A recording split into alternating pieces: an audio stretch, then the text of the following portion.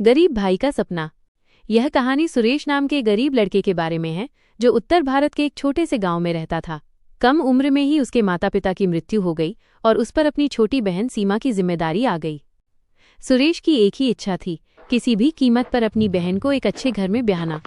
अपनी गरीबी के बावजूद उसने सीमा को पढ़ाई से कभी नहीं रोका, भले ही गांव के लोग ताने मारते थे।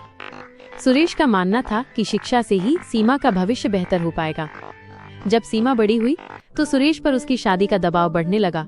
शादी के खर्चों की चिंता से वो परेशान रहने लगा। अपनी बहन के सपने को पूरा करने के लिए उसने शहर जाकर रिक्शा चलाना शुरू कर दिया। दिन रात कड़ी मेहनत करके वो एक एक पैसा बचाने लगा, अक्सर भूखे रहकर और खुद फटे पुराने कपड़े पहनकर। आखिरकार उसकी मेहनत रंग लाई। एक रिश्तेदार की मदद से उसे एक अच्छा लड़का रवि और उसका परिवार मिला।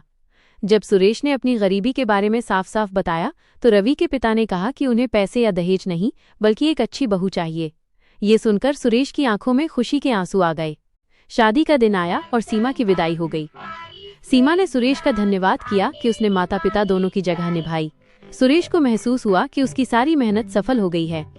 कहानी का अंत होता है जिसमें बताया गया है कि सीमा अपने ससुराल में बहुत खुश थी।